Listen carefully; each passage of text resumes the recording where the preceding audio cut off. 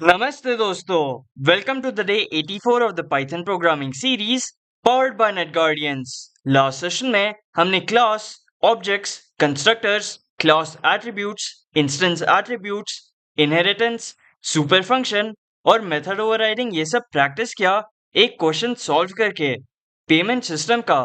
अगर आपने last video checkout नहीं किया है तो मैं रिक्वेस्ट करता हूँ आप वो चेकआउट करो। प्रैक्टिस से ही आप सारे कंसेप्ट्स मास्टर कर पाओगे। आज के सेशन में हम एक केस स्टडी करने वाले हैं। आज हम ई कॉमर्स सिस्टम जैसे Amazon या फ्लिपकार्ट एनालाइज करने वाले हैं। हम देखेंगे कैसे ऑब्जेक्ट ओरिएंटेड प्रोग्रामिंग के कंसेप्ट्स रियल वर्ल्ड सिस्टम्स में अप्लाई होते हैं। तो चलिए शुरू करते हैं। आज हम कोड नहीं लिखने वाले हैं। आज हम पहले सोचेंगे ई कॉमर्स सिस्टम में कौन कौन इन्वॉल्व है। ई कॉमर्स सिस्टम में user, product, cart, order, payment ये सब अलग अलग एंटिटीज है। ये सब एंटिटीज ऑब्जेक्ट ओरिएंटेड प्रोग्रामिंग में एक क्लास है।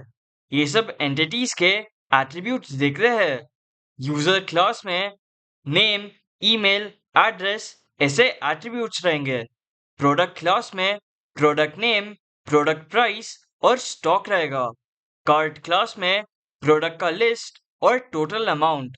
ऑर्डर क्लास में ऑर्डर आईडी, प्रोडक्ट्स और स्टेटस। पेमेंट क्लास में पेमेंट आईडी, पेमेंट अमाउंट और पेमेंट मेथड जैसे कार्ड, कैश या यूपीआई। ये सब एंटिटीज ऐसे ही क्लासेस बनते हैं। क्लास रिलेशनशिप्स ये सब क्लासेस एक दूसरे से रिलेटेड है। इन सब का रिलेशन देखते हैं। यूजर कार्ड से रिलेटेड है क्योंकि हर यूजर को जो खरीदता है वो सब वो कार्ट में ऐड करता है। कार्ट प्रोडक्ट से रिलेटेड है क्योंकि कार्ट में मल्टीपल प्रोडक्ट्स होते हैं। प्रोडक्ट ऑर्डर से रिलेटेड है क्योंकि ऑर्डर में भी प्रोडक्ट्स होते हैं।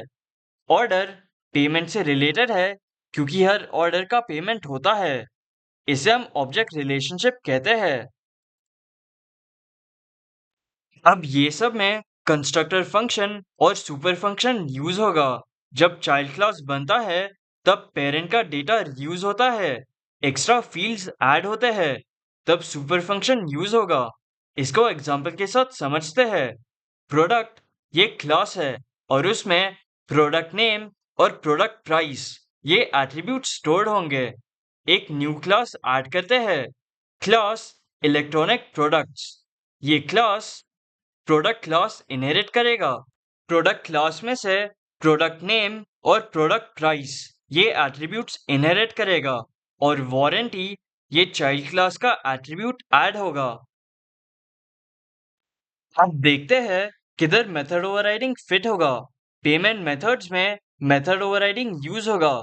जब मैंने मेथड ओवरराइडिंग सिखाया था तब मैंने यही एग्जांपल दिया था। सेम मेथड पर डिफरेंट बिहेवियर, जिसे आप देख सकते हो। अब स्ट्रक्चर विजुलाइज करते हैं। अगर हम इस सिस्टम को विजुलाइज करें तो यूजर के पास कार्ट है, कार्ट के पास प्रोडक्ट्स है। ऑर्डर कार्ट से क्रिएट होता है, ऑर्डर पेमेंट यूज करता है और पेमेंट क्लास में सेम मेथड पर डिफरेंट बिहेवियर होता है। ये एक complete object oriented programming system है। रियल कंपनीज इसी तरह सिस्टम डिजाइन करते हैं। ऑब्जेक्ट ओरिएंटेड प्रोग्रामिंग का मेन पर्पस है कॉम्प्लेक्स सिस्टम को स्ट्रक्चर्ड बनाना, कोड रीयूजेबल बनाना और स्केलेबल बनाना।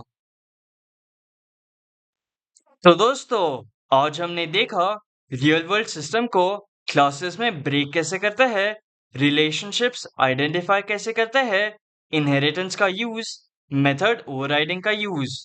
आज आपने कोडिंग नहीं बल्कि सिस्टम डिजाइन थिंकिंग सीखा। यही स्किल्स आपको एक रियल वर्ल्ड डेवलपर बनाता है। नेक्स्ट सेशन में हम एनकैप्सुलेशन के बारे में सीखेंगे। अगर आपको ये सेशन हेल्पफुल लगा हो तो please like, share and subscribe. See you in the next session. Thank you.